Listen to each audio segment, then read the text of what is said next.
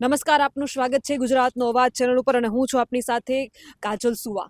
અત્યારે દ્વારકામાં ઊભી છું અને દ્વારકામાં જે જીએસપીએલ ગેસની પાઇપલાઇન પસાર થઈ રહી છે એના મુદ્દે કેટલાય દિવસથી ખેડૂતો આંદોલન કરી રહ્યા છે અને આજે ખેડૂતોને કલેક્ટર કચેરીએ બોલાવવામાં આવ્યા છે. ત્યારે ખેડૂત આગેવાન મારી સાથે છે, જયરાજભાઈ છે, મયુરભાઈ છે. આપણે એમની સાથે વાતચીત કરીએ કે આજે એમને કલેક્ટર કચેરીએ જે બોલાવવામાં આવ્યા છે, આંદોલનના કેટલા દિવસથી અમે છાવણીએ બેઠા છીએ અને બસ થોડીક વારમાં જ આ ખેડૂતો બધા કલેક્ટર કચેરીએ જવાના છે. પહેલા તો જયરાજભાઈ કહ્યું કે કેટલા દિવસથી તમારું આંદોલન ચાલે છે? આંદોલન અમારા 25 દિવસ છે, છાવણીનો અમારા આજ 12મો દિવસ છે. તો આજનું શું આયોજન છે? હવે આજનું આયોજન એવું છે કે સરપંચ મારફતે કલેક્ટર ઓફિસે, મામલતદાર ઓફિસે બધાને ગઈકાલે કોલ આવેલા છે. સાંસદશ્રીની પણ ઓફિસેથી બધાને કોલ આવેલા છે કે તમારા જે અસરગ્રસ્ત ખેડૂતો અને સરપંચશ્રીઓ રવિવારના દિવસે કલેક્ટર ઓફિસે મિટિંગનું આયોજન કર્યું છે, એના માટે ખાસ અચૂક હાજરી આપજો. તમારી માંગ શું છે? અમારી માંગ હજી નક્કી અમે નથી કરી. અમારી માંગ નહીં, અમારે જોવું છે. અમારે કલેક્ટરે અમારું સાંભળ્યું, પ્રાંતે સાંભળ્યું, ધારાસભ્યે સાંભળ્યું અને આજે અમારી ખેડૂતોની ઉદારતા જોઈને અમારા સાંસદ આવ્યા છે તો અમે એની પાસે નથી ગયા એને સંભળાવવા માટે. એટલે અમારા લેખિત ને અમારા મૌખિક રજૂઆત છે એ અમે બધી એને સંભળાવવા માગી છે ને એ પછી હું નિવાકરણ લઈ આવે એ પછીની વાત આપણે આગળ જોઈએ. જી મયુરભાઈ, શું કહેશો? બેન, અમે એમ કહેવા માંગીએ છીએ કે તો અમે તો પહેલાં જે જીએસપીએલ કંપની છે, જે અમે લેખિતમાં 18 મુદ્દા માંગ્યા છે, જે અમે ગાંધીનગર જઈને માંગ્યા છે, એકવાર અમને લેખિતમાં આપે, પછી અમે આગળની કાર્યવાહી આગળ કરીશું. લેખિતમાં શું જોઈએ છે?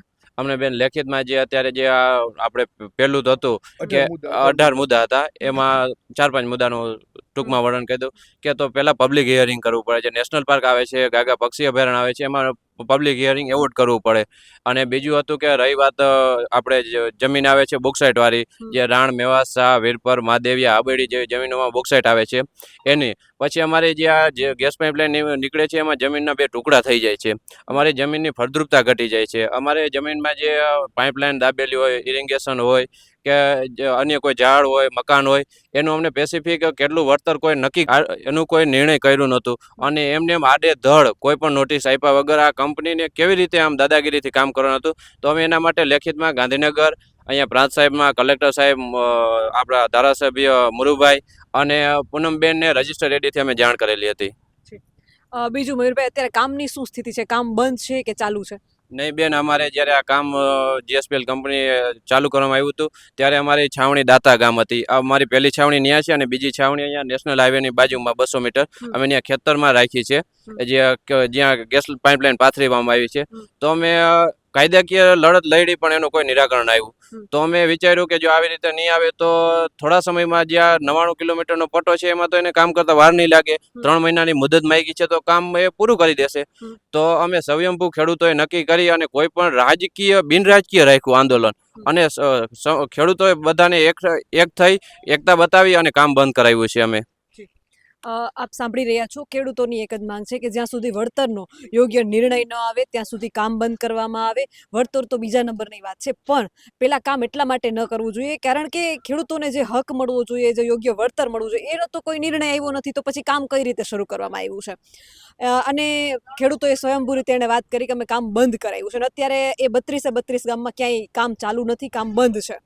હવે આજે ખેડૂતો કલેક્ટર કચેરીએ જઈ રહ્યા છે, ખેડૂતોને બોલાવવામાં આવ્યા છે. ખેડૂતોની મહાનતા છે કે એ ત્યાં જઈ રહ્યા છે. બાકી ખેડૂતોએ તો નક્કી કર્યું હતું કે અમે ક્યાંય જવાના નથી, અમને જેને સાંભળવો હોય ને હવે અહીંયા આવે, કેમ કે અમે બહુ ધક્કા ખાઈ લીધા.